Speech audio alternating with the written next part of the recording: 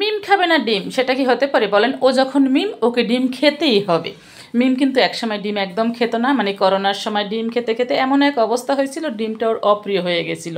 তারপরে এখন কিন্তু আবার ওর মোটামুটি ডিমটা পছন্দ হয়েছে, আর ও বিভিন্ন আন্ডা কারি খেতে অনেক পছন্দ করে।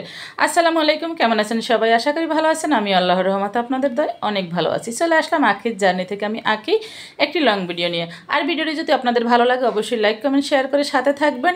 আর যদি ইউটিউব থেকে দেখেন চ্যানেলটি সাবস্ক্রাইব করে বেল বাটনটি বাজিয়ে দিবেন।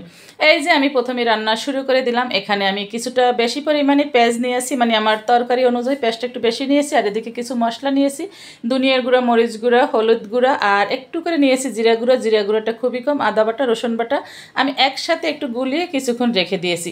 এরপর আমি এখানে যে পেঁয়াজগুলো নিয়েছি, অর্ধেকটা পেঁয়াজ বেরেস্তা টাইপের করেছি, অর্ধেকটা কাঁচা কাঁচা ছিল, মানে এক সাইডে। এটা যেহেতু কারেন্টের ছিল তাই এক সাইডে আমি সরিয়ে রেখেছি, তো ওই সাইডে মানে কাঁচা রয়ে গেছে, অন্য সাইড থেকে আমি বেরেস্তা করে নিয়েছি। এরকম কিছুক্ষণ কষিয়ে আমি আবার একটু পানি দিয়ে কষিয়ে নেব। মশলাটা ভালোভাবে কষাবো, ভালোভাবে মানে ভালোভাবে, খুব সুন্দর করে টাইম নিয়ে আস্তে আস্তে কষাবো। আমি কিন্তু এখানে সম্পূর্ণ মশলা কষানোটা আপনাদেরকে দেখিয়ে দিলাম, মানে আমি কোনো স্কিপ করলাম না বা কেটে দিলাম না, সম্পূর্ণটা। তবে এখানে আমি একটু টক দই দিয়েছি, সেটা স্কিপ হয়ে গেছে। আমার ছোটো মেয়ের মাস্টারির কারণে হাতটা হয়তো দেখতে পেয়েছেন একটু করে। আমি তার টক দইটা দেওয়ার পরে না একটু আবারও ভালোভাবে কষাবো। ভালোভাবে কষানোর পরে যখন উপরে তেলটা উঠে আসবে তখন আমি পানি দেব। আবারও বলছি বারবার, মশলাটা একটু ভালোভাবে কষাবেন। এখানে কষানোর উপরে অনেক কিছু নির্ভর করে রান্নাটা কেমন হবে সেটা। এদিকে চলে আসছে আমার সোসা বিলাই মিম, আর সে ভাত খাচ্ছে। ওখান থেকে সেদ্ধ ডিম নিয়ে তরকারি দিয়ে ভাত খাচ্ছে। সে বলতেছে আমাকে একটু মরিচ দাও এখান থেকে। মরিচ বলতে এই যে পেঁয়াজ আছে এটা, তো এটা খুব মজা হয় যে ও জানে, কারণ যেহেতু টক দই দিয়েছি, সব ধরনের মশলা আছে। তো সোসা বিলাইকে একটু দিয়ে বিদায় করে দিলাম। এবার আমি আবারও একটু কষিয়ে নিলাম। এই যে দেখেন তেলটা কিন্তু উপরে উঠে আসছে। এখন কিন্তু যখন তেলটা উপরে উঠে আসছে আমি এখানে পানি দিয়ে দেবো পরিমাণ মতন।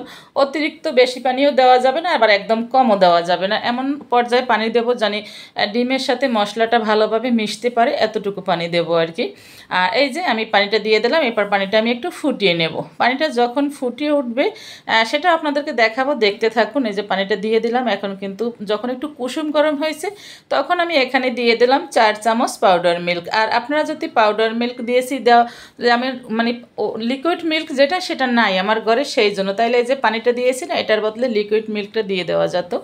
আর এই যে আমি পাউডার মিল্কটা দেওয়ার পর একটু গুলিয়ে নিলাম, কারণ এটা পানিটা যখন কুসুম গরম আছে পাউডার মিল্কটা একদম সুন্দরভাবে মিলে গেছে।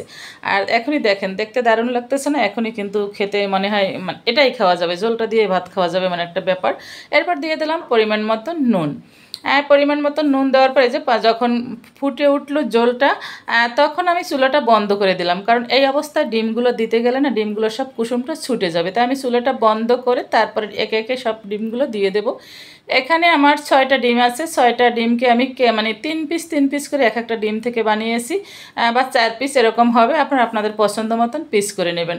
আর এটা কেটে নেওয়ার এমন কোনো মানে নাই যে কেন কেটে নিলাম। এটা কেটে নেওয়ার একটাই মানে যে সমস্ত মশলাগুলো ডিমের ভিতরে, কুসুমের ভিতরে ঢুকবে, খেতে একটু বেশি মজা হবে। আর এটা খুন্তি দিয়ে একদম নাড়াচাড়া করা যাবে না, মানে এটাই যখন মনে হবে যে একটু নাড়াচাড়া দেওয়া উচিত, তখন আমি এভাবে কড়াইটা ধরে একটু এপাশ ওপাশ করে নাচিয়ে টাচিয়ে দিব আর কি।